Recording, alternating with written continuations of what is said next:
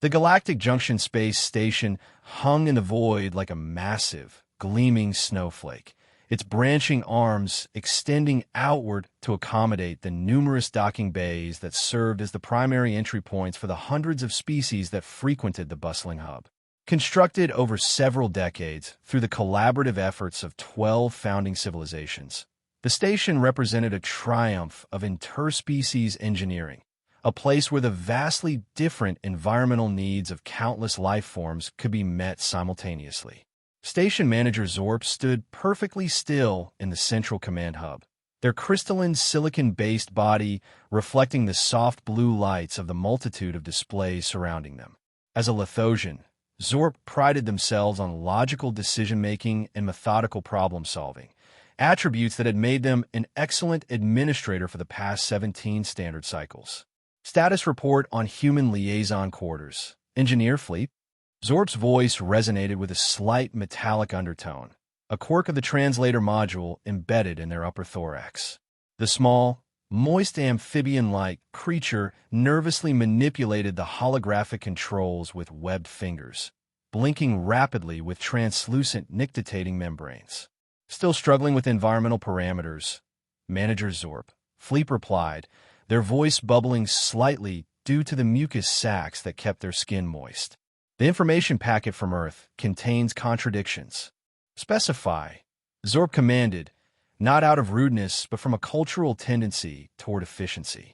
Fleet pulled up several files on the main display. Humans claim to thrive in temperatures between 293 and 298 Kelvin. Yet they also state their internal body temperature maintains at approximately 310 Kelvin. This makes no logical sense. Why would a species deliberately maintain a body temperature higher than their preferred ambient environment? From a security station on the opposite side of the command center, a deep, rumbling voice joined the conversation. Because they're bizarre and potentially dangerous, that's why. Security Chief Kthar, a massive reptilian Draxian with iridescent scales and 4 powerful arms, swiveled his chair to face the others. His yellow eyes narrowed to slits. Everything I've researched about humans concerns me. Did you know their home world is classified as a death world by the Galactic Council? And they evolved there. Zorp gestured with a crystalline appendage, the equivalent of a dismissive wave. Chief Kthar, we've discussed your concerns multiple times. The diplomatic corps insisted on this exchange program, and the Council approved it. Your objections are noted but irrelevant to our current preparations. Kthar snorted, releasing a small puff of steam from his nostrils. My job is station security, and these humans sound like walking hazards. They contain corrosive acids in their digestive systems. Their bodies are full of bacteria, which they need to survive. And according to my sources, they can survive radiation doses that would kill most sentient species. Your sources are outdated and sensationalized, Zorp responded calmly. I've been assured by the diplomatic corps that human liaison Dr. Alara Vance is a respected xenobiologist and first contact specialist. Fleep croaked anxiously, the pale blue spots on their skin pulsating with stress. But what about the temperature issue? If I set the quarters to human specifications, the internal temperature of a human will create a perpetual heat gradient. They're essentially walking furnaces. Implement thermal containment protocols, Zorp decided after a moment's consideration. Similar to those used for our magma-born visitors, but adapted for the specific human parameters. Yes, Manager. Fleep nodded vigorously, relieved to have clear directions. I'll have it ready before the shuttle arrives. With 6 hours remaining until the scheduled arrival of the first official human representative to Galactic Junction, preparations continued throughout the station. Service drones scuttled through corridors, adjusting environmental controls and delivering specialized equipment to Dr. Vance's designated quarters. The news of a human arrival had spread quickly through the station's population, generating a mix of reactions from scientific curiosity to superstitious fear. In the diplomatic sector, Zorp was conducting a final briefing with key personnel when the docking control officer's voice interrupted over the communication system. Command, the human shuttle has arrived ahead of schedule. They're requesting immediate docking clearance at Portal 7. Zor processed this unexpected development. Granted, notify Chief Kthar and Engineer Fleep. I'll proceed to the reception area. As the station manager headed toward the diplomatic reception lounge, the calm efficiency of Galactic Junction continued as usual.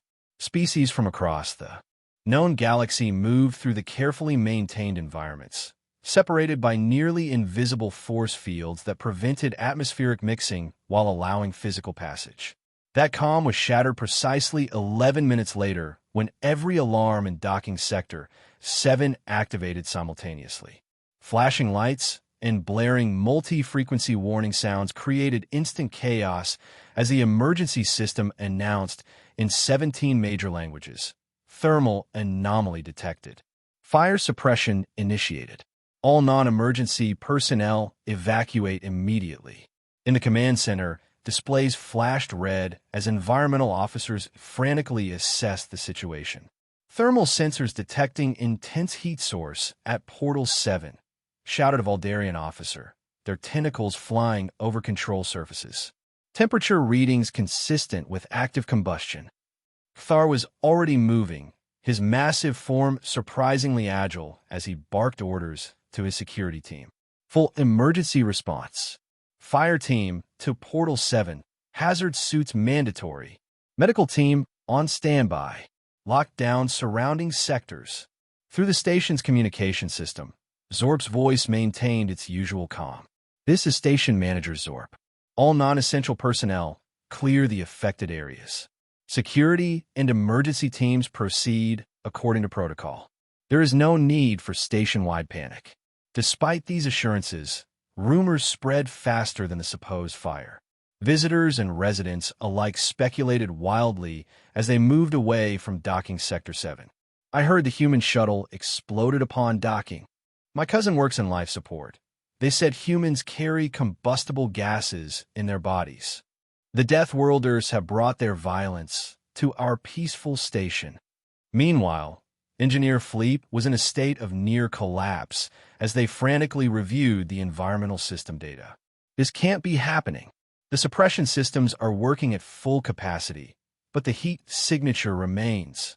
What kind of fire can withstand Class 7 suppressants? The docking tunnel connecting Portal 7 to the main station was filled with a dense fog of fire suppressant particles. Through this artificial mist trudged Kthar and 4 of his security officers, all wearing sealed environmental suits. Their thermal imaging systems were almost useless, overwhelmed by the heat signature that had triggered the alarms. Proceed with caution, Kthar ordered. Weapons ready, but not activated. As they approached the junction where the human shuttle had docked, the fog began to thin, revealing a single figure standing amidst the chaos. The security team tensed, training their equipment on the silhouette. Identify yourself, Kthar demanded. Dr. Alara Vance, Earth Diplomatic Corps, replied a surprisingly calm voice from the diminishing mist. Is there a problem with your fire suppression system? It activated the moment I stepped through the airlock. The security team moved closer, finally getting a clear view of the first human to set foot on Galactic Junction. Dr. Alara Vance stood approximately 1.7 meters tall, with dark skin, close-cropped curly hair, and an expression of confused curiosity on her face. She wore a simple blue uniform bearing the Earth Diplomatic Corps insignia and carried a small personal bag. Her clothes and hair were damp from the suppressant spray, but she appeared unharmed and, most notably, not on fire. Kthar's thermal sensors, however, told a different story. According to his equipment, the unassuming alien before him was radiating heat like a malfunctioning reactor core. You've triggered every thermal alarm in this sector, Kthar stated accusingly, keeping his distance. Our sensors indicate you're generating extreme heat. Dr. Vance's eyes widened with sudden understanding, and to the security team's confusion, she laughed. The sound echoed strangely in the suppressant-filled corridor. Oh, I should have anticipated this, she said, still smiling. It's my body temperature. Humans maintain an internal temperature of approximately 310 Kelvin, about 37 degrees Celsius. It's perfectly normal for us. Kthar 4 arms tensed simultaneously. Normal? You're telling me your natural state is to be hot enough to trigger our fire detection systems? Apparently so, Dr. Vance replied, looking down at herself with amusement. Though I've never set off alarms before. Your sensors must be calibrated for species with much lower body temperatures. The security chief growled softly, a sound his translator didn't bother converting. You will come with us for a full medical and security screening. Until we verify you pose no danger to this station, you'll be under constant supervision. The human nodded agreeably. Of course. I understand your caution. Lead the way. As they escorted the seemingly dangerous human through the corridors, station residents pressed against viewing panels, whispering among themselves at the sight of the exotic creature from Earth. Dr. Vance maintained her composure despite being treated like a hazardous material, occasionally nodding politely to the curious onlookers. In a medical bay, Fleep had joined the station's chief medical officer, a gelatinous Morphidian named Dr. Glob, to observe the examination. Dr. Vance sat patiently as various scanners analyzed her biology. Fascinating, bubbled Dr. Glob, their translucent body changing colors from green to purple with excitement. Your internal combustion processes are remarkably efficient. You generate this heat continuously? Yes, Dr. Vance confirmed. Human metabolism maintains our body temperature within a narrow range. Too high or too low can be fatal for us. Fleep approached cautiously, their natural timidity battling with scientific curiosity. But why? Why maintain such high temperatures? The energy expenditure must be enormous. It's an evolutionary adaptation, Dr. Vance explained. The heat helps our enzymatic processes function optimally and provides some protection against certain pathogens. Many Earth organisms maintain similar internal temperatures. Thar, who had refused to remove his protective gear despite medical assurances, interjected gruffly. It's a weapon, you mean? Your species evolved on a death world, surrounded by predators. The heat keeps them at bay. Dr. Vance turned to face the security chief directly. Not exactly, though there are defensive advantages to being warm-blooded. Our evolution was shaped by many factors, just like yours, Chief Kthar. Before Kthar could respond, Zorp entered the medical bay, their crystalline form catching the light. Dr. Vance, I apologize for this unexpected welcome. I am Station Manager Zorp. We had not anticipated the sensitivity of our systems to human physiology. No apology necessary, Manager Zorp. The human replied with a diplomatic smile. First contacts always involve surprises. I should have provided more detailed physiological information in advance. After the medical examination confirmed that Dr. Vance's elevated temperature was indeed natural and not a sign of disease or distress, Zorp personally escorted her to her assigned quarters. As the door slid open, however, even the usually impassive station manager couldn't help but notice the human's expression of dismay. The room before them resembled a laboratory freezer more than living quarters. Frost coated several surfaces, and a constant mist of cold air swirled near the floor. Various temperature control units lined the walls, their displays showing numbers well below the comfort zone for most warm-blooded species. Is something amiss, Dr. Vance? Zorp inquired. The human diplomat took a deep breath before responding. Manager Zorp, I appreciate the effort, but I believe there's been a misunderstanding about human environmental needs. This room is far too cold for comfortable human habitation. We require temperatures above freezing, ideally between 20 and 25 degrees Celsius. Fleep, who had followed them to the quarters, made a distressed, bubbling sound. But your internal temperature, we assumed you would need a cold environment to prevent overheating. Ah, I see the confusion, Dr. Vance said gently. Humans do generate significant body heat, but we've evolved mechanisms to regulate it. We actually lose heat to our environment continually and need to maintain a certain ambient temperature to avoid hypothermia. This room, as it is, will be dangerous for me. Fleep's spots pulsated with embarrassment. I'll recalibrate immediately. Oh, this is terrible. We've prepared completely incorrectly. Dr. Vance offered a reassuring smile to the distressed engineer. Not completely. The atmospheric composition and gravity settings seem perfect. It's just the temperature that needs adjustment. As Fleep hurried to modify the environmental controls, Zorp observed the human with new interest. "It seems we have much to learn about your species, Dr. Vance. Perhaps we should arrange a comprehensive briefing for key personnel to avoid further misunderstandings." "I'd be happy to provide one," she agreed. Understanding biological differences is the first step towards successful diplomacy. After Fleep adjusted the quarters to a more human-appropriate temperature, Dr. Vance was finally able to settle in. The first day of her diplomatic mission had certainly not gone as planned, but as she unpacked her few personal belongings, she reminded herself that unexpected challenges were part of the job. Tomorrow would be a new opportunity to bridge the gap between humankind and the diverse species of Galactic Junction. The morning cycle of Galactic Junction began with the gradual brightening of the station's ambient lighting, simulating the sunrise many of its inhabitants evolved to expect. For Dr. Alara Vance, however, the day began with the shrill alarm of her personal environmental monitor. "Warning, ambient oxygen levels decreasing. Current level, 17.3%. She bolted upright in her sleeping compartment, instantly alert. After fumbling for the portable atmospheric analyzer in her emergency kit, she confirmed the reading. The oxygen content in her quarters was indeed dropping, though not yet at dangerous levels. A quick inspection revealed the culprit.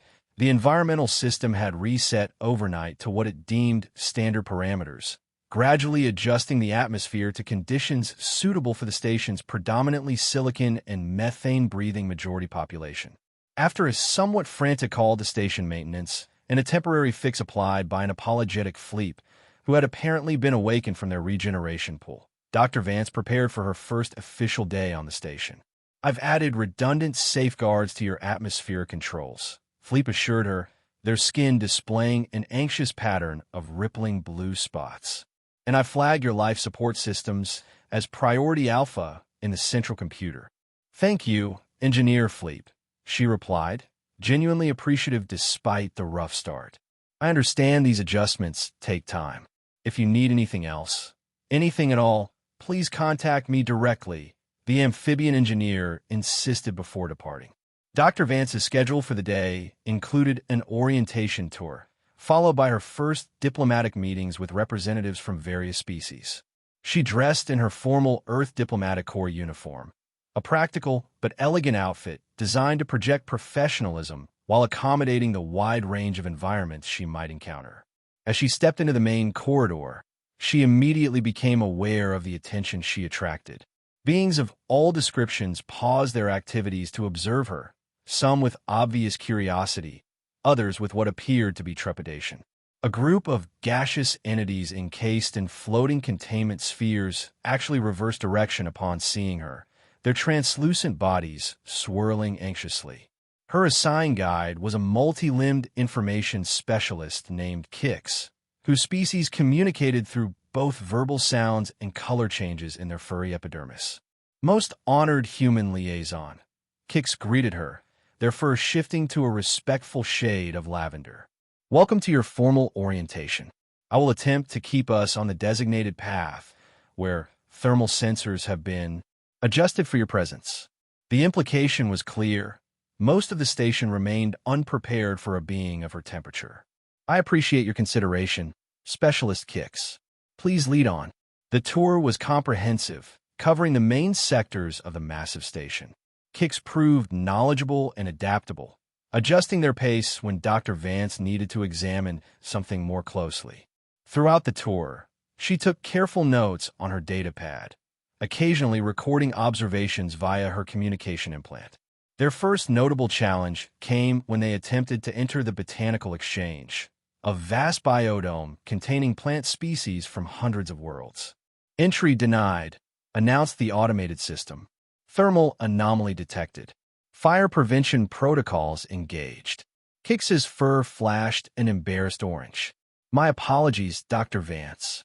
It seems the Botanical Exchange's security systems have not been updated to recognize human thermal signatures."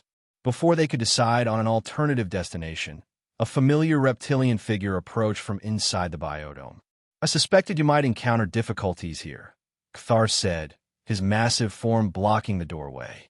Though no longer wearing a full protective suit, the security chief had maintained a noticeable distance from Dr. Vance since her arrival. Chief Kthar, she acknowledged with a diplomatic nod. Yes, it seems your botanical specimens aren't ready for human visitors. The Draxian studied her for a moment, yellow eyes unblinking. Many of the species in this sector are extremely heat-sensitive. Some would perish if exposed to temperatures above 295 Kelvin. He paused, then added reluctantly. However, I can authorize a restricted path through the non-sensitive areas if you still wish to view the exchange. Dr. Vance recognized this for what it was, a small concession from someone who still considered her a potential threat. I would appreciate that, Chief. Understanding the botanical diversity of member worlds will help me in my diplomatic functions. With Kthar leading the way, they entered the vast garden space, staying within a cordoned path marked by subtle blue lighting. Despite the restrictions, Dr. Vance was able to observe an impressive array of extraterrestrial flora, from crystalline growths that seemed to straddle the boundary between plant and mineral to floating gas sacs that perform photosynthesis in the upper levels of the dome. Remarkable, she murmured, recording several specimens for later research. The variety of evolutionary approaches to photosynthesis alone is worth a dedicated study. Kthar, who had been watching her reactions carefully, seemed surprised by her scientific interest. You're familiar with xenobotany? My primary specialty is xenobiology with a focus on communication systems, but plant life often provides valuable insights into a planet's broader ecosystem, she explained. On Earth, we've learned that understanding a world's flora can be as important as understanding its sentient species. Something like reluctant respect flickered across the security chief's reptilian features. The Death World produces scientists as well as warriors, it seems. Earth produces individuals with many talents and interests, just like any world, she responded evenly. Though I admit our evolutionary history has instilled certain resiliences in humans. Their conversation was interrupted by an alarm from Kthar's communication device. After checking the alert, his posture stiffened. There's a situation in Maintenance Sector 12. Engineer Fleep has reported system malfunctions affecting temperature regulation in several habitation pods. Dr. Vance caught the implication in his tone. You believe my presence on the station is connected to these malfunctions. The security chief's nostrils flared slightly. It's a remarkable coincidence that such issues began precisely after your arrival, Doctor. Before she could respond, Kix intervened, their first cycling through concerned patterns of blue and yellow. Statistically, correlation does not imply causation, Security Chief. And there have been reports of minor system fluctuations for approximately 2.3 cycles before the human's arrival. Kthar growled softly. Nevertheless, I'll be investigating thoroughly. Specialist Kix, please continue the orientation through less sensitive areas. With that, he turned and strode away, his powerful tail swaying with the force of his movement. Kix's fur settled into an apologetic pink. Please do not take offense, Dr. Vance. The security chief is protective by nature and profession. No offense taken, she assured them, though she made a mental note to address this suspicion before it could undermine her mission. Shall we continue? The remainder of the tour proceeded without major incident, though Dr. Vance noticed a pattern in how different species reacted to her. Those with higher body temperatures themselves, like the volcanic magma-born delegates, seemed far more comfortable in her presence than those from cryogenic environments. By the time she returned to her quarters, Dr. Vance was mentally exhausted but determined. Her first day had revealed numerous challenges that went beyond simple biological differences. There were psychological and cultural barriers to overcome, preconceptions about humans that had spread through the galactic community like urban legends. As she recorded her daily report for Earth Central, she concluded, "It appears my primary mission here is not just formal diplomacy, but a more fundamental form of education. Before meaningful exchange can occur, I must address the fear and misinformation surrounding human biology. Tomorrow, I'll request a station-wide briefing to begin this process." She ended her recording and approached the viewport in her quarters, gazing out at the star-filled darkness beyond. Somewhere out there was Earth, too distant to see but present in every cell of her being. Her internal temperature, a constant reminder of the world that shaped her species. The next several days established what Dr. Vance came to think of as her new normal on Galactic Junction. After delivering a comprehensive presentation on human biology to the station's key personnel, which had been received with reactions ranging from fascination to disbelief, she settled into a rhythm of diplomatic meetings, cultural exchanges, and constant adaptation to the station's predominantly non-human environments. Fleep had become something of an unlikely ally. The nervous engineer's initial fear of her thermal properties transforming into scientific curiosity. They often met in the engineering sector during off hours, where Fleep would pepper her with questions about human physiology while working on improved environmental interfaces for her quarters. "So your species actually increases its internal temperature deliberately when fighting infection?" Fleep asked during one such session, their webbed hands deftly manipulating a complex array of circuitry. "You make your cells even hotter?" "Yes, we call it a fever," Dr. Vance confirmed. "The elevated temperature helps our immune system fight pathogens more efficiently, though if it gets too high, it can become dangerous." Fleep's skin rippled with amazement. "Fascinating, using thermal regulation as a defense mechanism. I never would have conceived of such an approach." They paused, looking up from their work. "Does it hurt, being so hot all the time?" The question caught Dr. Vance off guard. It had never occurred to her that other species might perceive human existence as inherently uncomfortable. "Not at all. It's our natural state. In fact, if my temperature dropped to what you might consider comfortable, I would be extremely ill." This exchange was typical of many she had across the station, moments of mutual discovery that gradually replaced fear with understanding. Not every interaction was so positive, however. Thar remained skeptical of her presence, maintaining surveillance that he believed was subtle, but that Dr. Vance had detected almost immediately. The tension with the security chief came to a head one evening when she encountered him in the station's observatory, a neutral space where various species gathered to view the surrounding cosmos through specialized atmospheric barriers.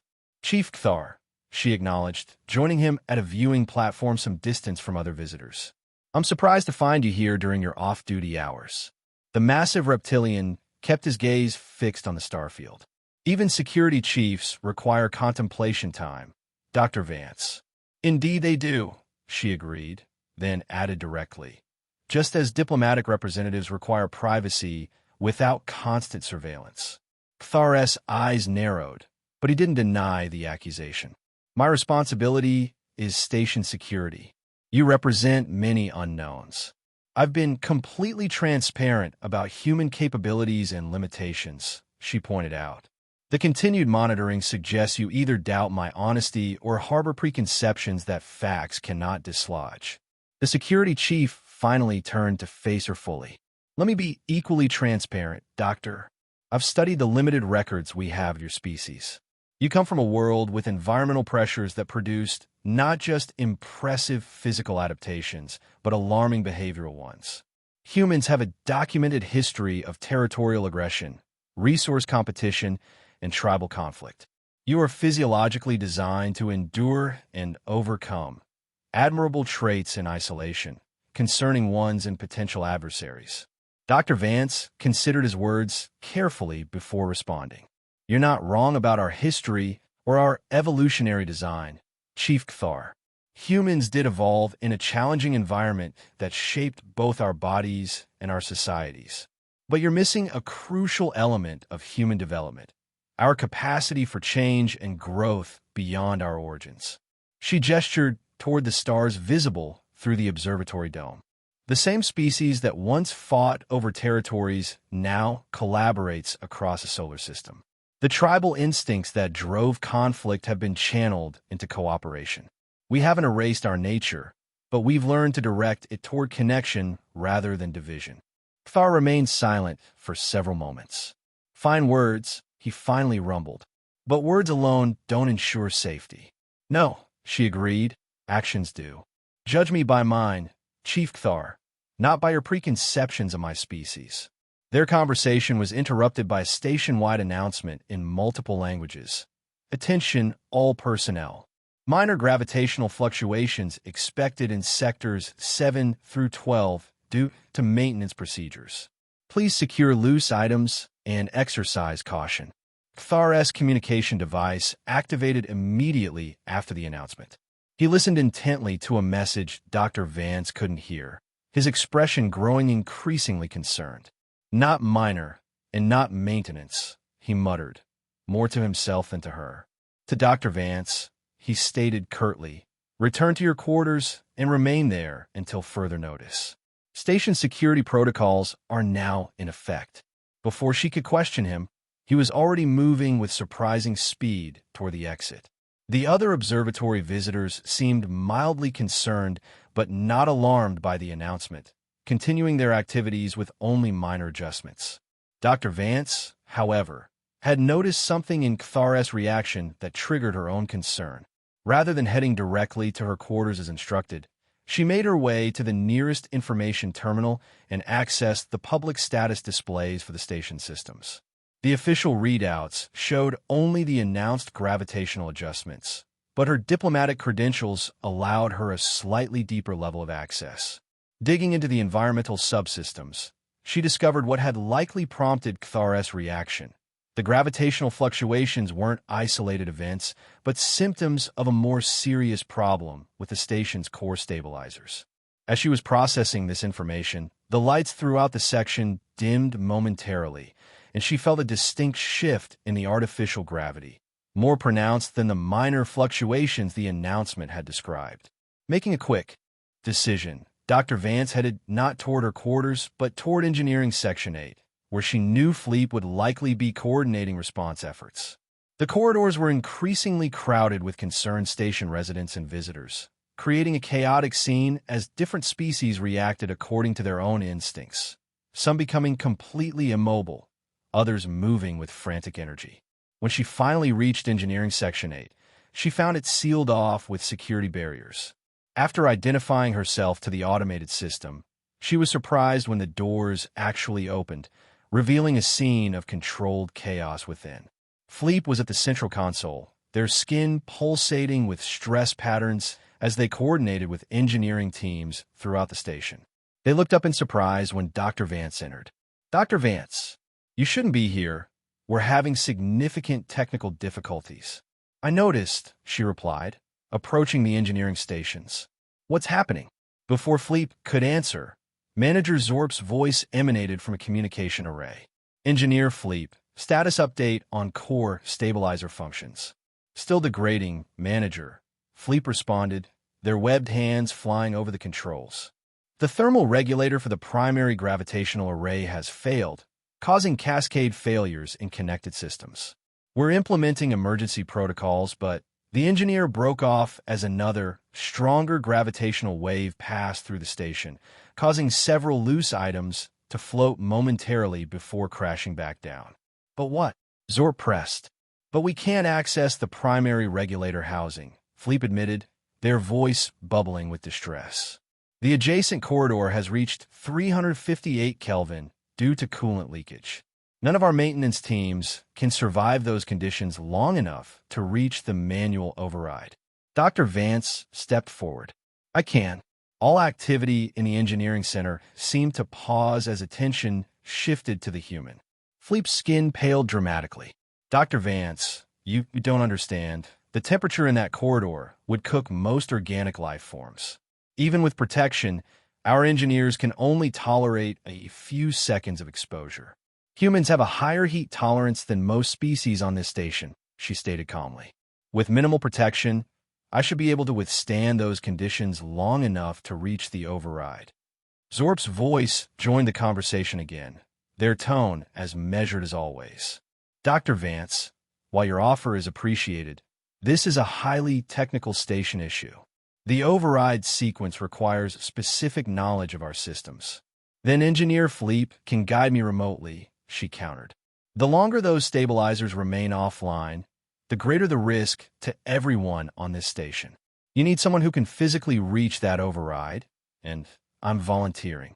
A new voice entered the discussion. Thar, speaking through the communication system from wherever he was coordinating security responses. This is absurd. We cannot entrust critical station infrastructure to an untrained alien visitor. Do you have another solution, Chief Thar? Dr. Vance challenged. Someone else who can withstand those temperatures long enough to complete the task. The silence that followed was answer enough. After several tense moments, Zorp spoke again. Engineer Philippe, prepare the necessary guidance for Dr. Vance. Security Chief, arrange for emergency medical personnel to stand by at the nearest safe access point. Dr. Vance, report to Maintenance Junction 12 immediately. A technician will provide you with what protective equipment we can offer. As Dr. Vance turned to leave, Philippe caught her arm with a webbed hand. The corridor will be hot enough to cause you injury, they said quietly, even with your heat tolerance. She nodded, acknowledging the danger. Understand, but sometimes diplomacy means demonstrating goodwill through action, not just words. 20 minutes later, Dr. Vance stood at the sealed entrance to Maintenance Corridor 17B, dressed in a lightweight thermal protection suit that had been hurriedly modified for human proportions.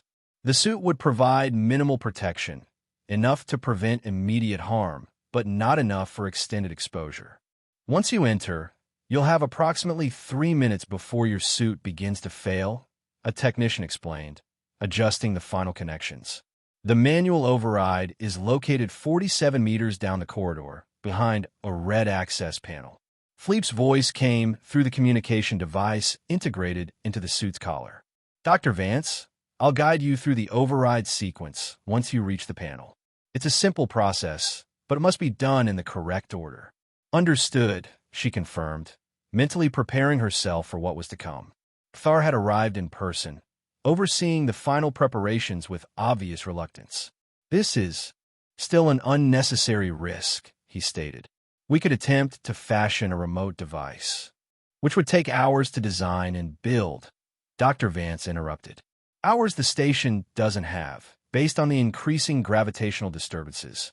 As if to emphasize her point, another wave passed through the area, stronger than previous ones. The security chief's scales shifted color slightly, a sign of agitation Dr. Vance had learned to recognize. Very well, but at the first sign of severe physiological distress, you will abort and return immediately. She nodded her agreement, surprised by the note of concern in his voice. Ready when you are. The technicians activated the airlock sequence. As the inner door sealed behind her and the outer door prepared to open, Dr. Vance focused on her breathing, using the meditation techniques she had learned during diplomatic training to center herself and prepare for the physical challenge ahead. The moment the outer door slid open, she was hit by a wall of blistering heat that instantly caused sweat to bead on her skin inside the protective suit. The corridor beyond was dimly lit by emergency lighting, with visible waves of heat distorting the air. Beginning now, she reported, stepping forward into the superheated passageway. Each step forward was an exercise in determination. The heat pressed against her like a physical weight, making breathing difficult despite the suit's filtration system. By the 20th step, she could feel the protective material beginning to degrade, the outer layer growing uncomfortably hot against her skin. Heart rate and body temperature elevated, but within human tolerance ranges, reported a medical officer monitoring her vital signs remotely. 40 meters remaining to target. Dr. Vance focused on placing one foot in front of the other, ignoring the increasing discomfort. The diplomatic training that had prepared her for challenging alien environments had never contemplated quite this scenario, but the psychological techniques were still applicable. Compartmentalize the pain, focus on the objective, maintain controlled breathing. 30 meters, the medical officer updated. Suit integrity at 73%. The heat continued to intensify as she moved deeper into the corridor, approaching the source of the coolant leak. Through the distorting air, she could see sparking electrical components and streams of vapor escaping from damaged conduits. The aftermath of whatever technical failure had precipitated the crisis. 20 meters. Suit integrity at 65%. Body temperature rising more rapidly now. Sweat poured down her face and body, the suit's cooling system overwhelmed by the extreme ambient temperature. Her vision began to blur slightly at the edges, a warning sign of impending heat stress that she recognized from wilderness survival training. Dr. Vance, your vital signs indicate approaching heat exhaustion. Kthar's voice came through the communication device, tension evident even through the translator. Consider aborting the attempt. Not yet. She managed through increasingly labored breathing. Still within my limits. 10 meters to access panel, reported the medical officer. Suit integrity at 52%. The final stretch was the most difficult, as the corridor narrowed and the temperature peaked. Dr. Vance could feel her skin beginning to blister in places where the degrading suit made direct contact.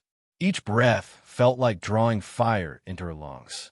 When she finally reached the red access panel, her hands were shaking with fatigue and heat stress.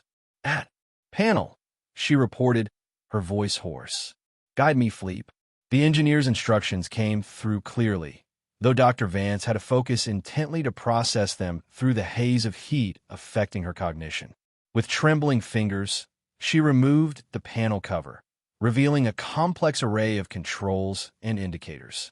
First, locate the blue stabilizer switch and toggle it to manual override position, Fleep directed. Dr. Vance complied, fighting through the increasing discomfort to maintain precise movements. One by one, she followed Fleep's instructions, adjusting settings and activating backup systems. Final step, Fleep announced. The red emergency reset button must be held for a full 5 seconds to reboot the system. As Dr. Vance pressed and held the button, counting slowly in her mind, she became acutely aware that her protective suit had essentially failed. The heat was now directly affecting her exposed skin, and her vision had narrowed to a tunnel focused solely on the control panel before her.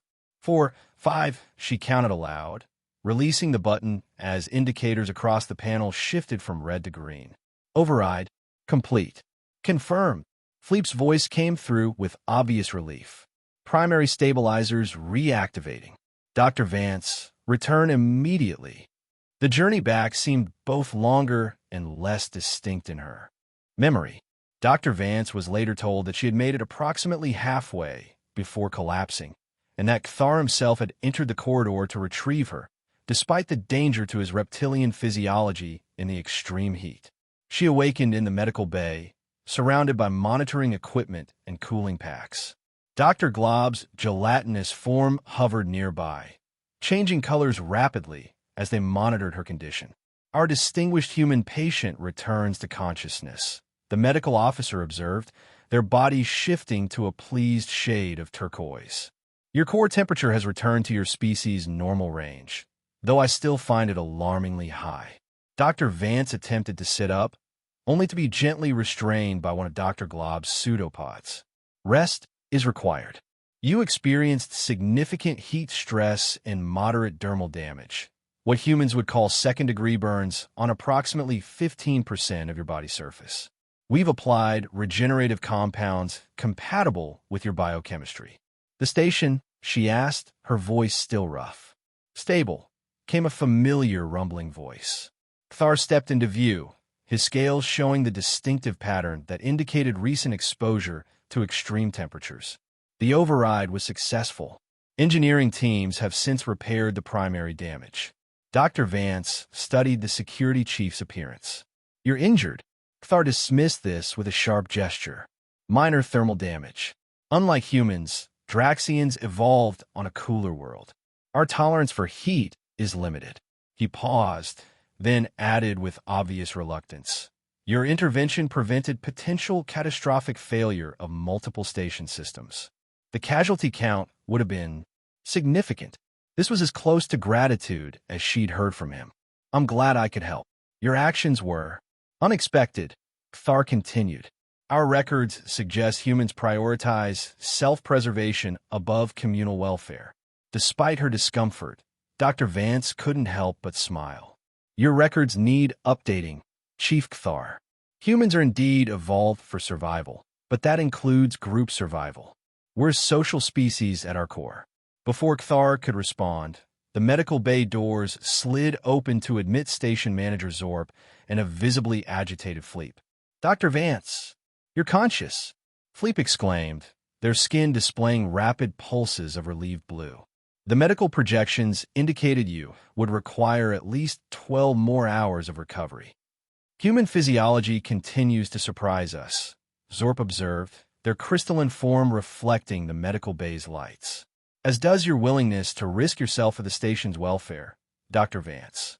It seemed the logical course of action, Manager Zorp, she replied, deliberately using terminology the silicon-based administrator would appreciate. I had the highest probability of successfully completing the necessary task.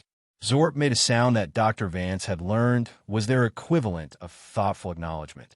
Nevertheless, your actions exceed the expected parameters of diplomatic representation. The Council will be informed of your service to Galactic Junction. After the visitors had departed and Dr. Glob had administered additional treatments, Dr. Vance was left alone to rest. As she drifted towards sleep, she reflected that sometimes the most effective diplomacy wasn't found in formal meetings or carefully worded agreements, but in moments of shared crisis and demonstrated goodwill. The days following the stabilizer crisis brought noticeable changes to Dr. Alara Vance's experience on Galactic Junction.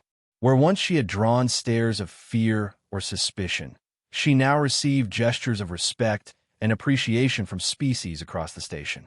The human who had once been seen as a walking fire hazard was increasingly viewed as a valuable, if unusual, member of the station's diverse community.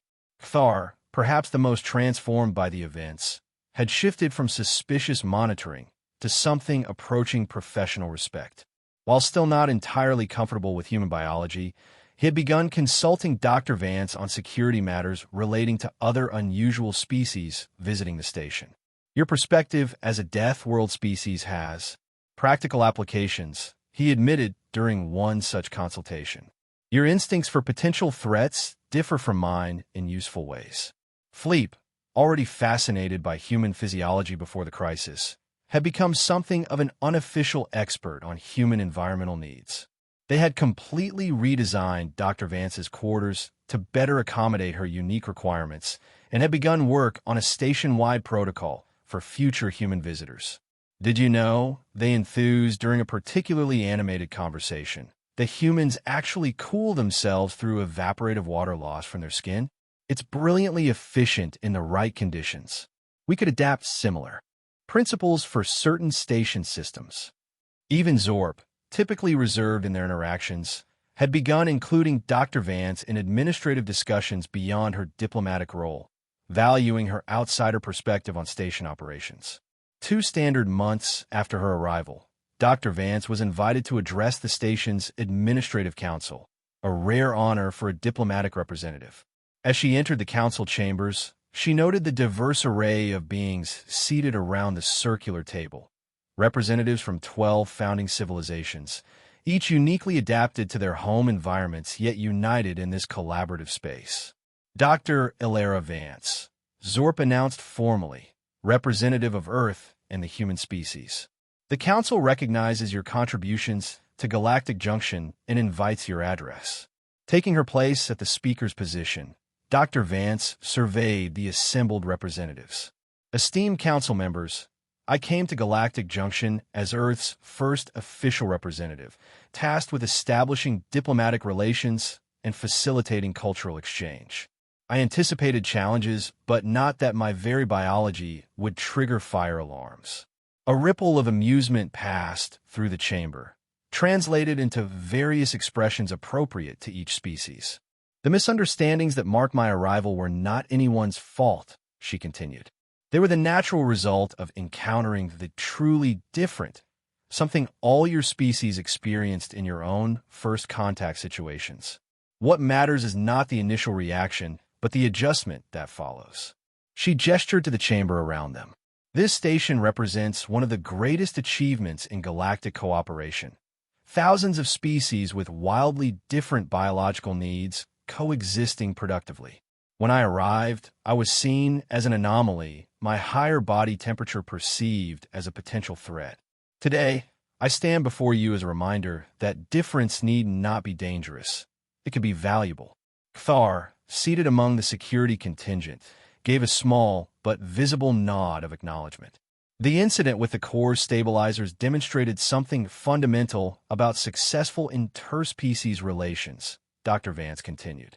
Our differences aren't weaknesses to be overcome, but specialized adaptations that, when properly applied, create resilience. Where station personnel couldn't physically reach the override, my species' heat tolerance, initially seen as alarming, became an asset. She looked directly at Zorp as she delivered her conclusion.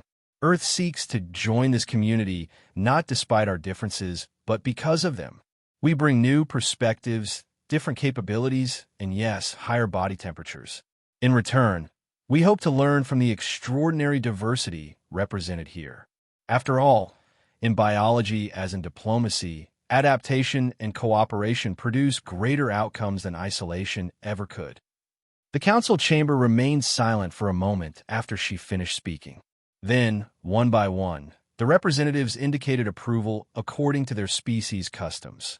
Light patterns from the photosynthetic luminals, rumbling vocalizations from the Draxian contingent, crystalline resonance from the Lithosians. Zorp rose, their silicon form catching the light. The Council acknowledges Earth's application for observer status within the Galactic Cooperative. Based on demonstrated compatibility and contribution, we will recommend approval to the full Assembly. As the formal session concluded and the representatives prepared to depart, Dr. Vance found herself approached by Kthar, Fleep, and Zorp, the same trio that had greeted her arrival with such trepidation months earlier. A significant diplomatic achievement, Zorp noted. Your species progresses faster than statistical models predicted. We're adaptable that way, Dr. Vance replied with a smile. Fleep bobbed excitedly, their skin displaying celebratory patterns. I've been authorized to establish a permanent human environmental protocol for the station. All future human visitors will have appropriate accommodations from arrival. And no more fire alarms? Dr. Vance asked with amusement. The thermal sensors have been completely recalibrated, Kthar confirmed. Though I maintain that your species' heat signature is unnecessarily intense. Dr. Vance laughed, a sound that had once concerned station residents, but now registered as a familiar human expression. Some might say your species is unnecessarily cold, Chief Kthar. It's all a matter of perspective. As they moved together toward the exit, Dr. Vance reflected on the journey from her chaotic arrival to this moment of acceptance.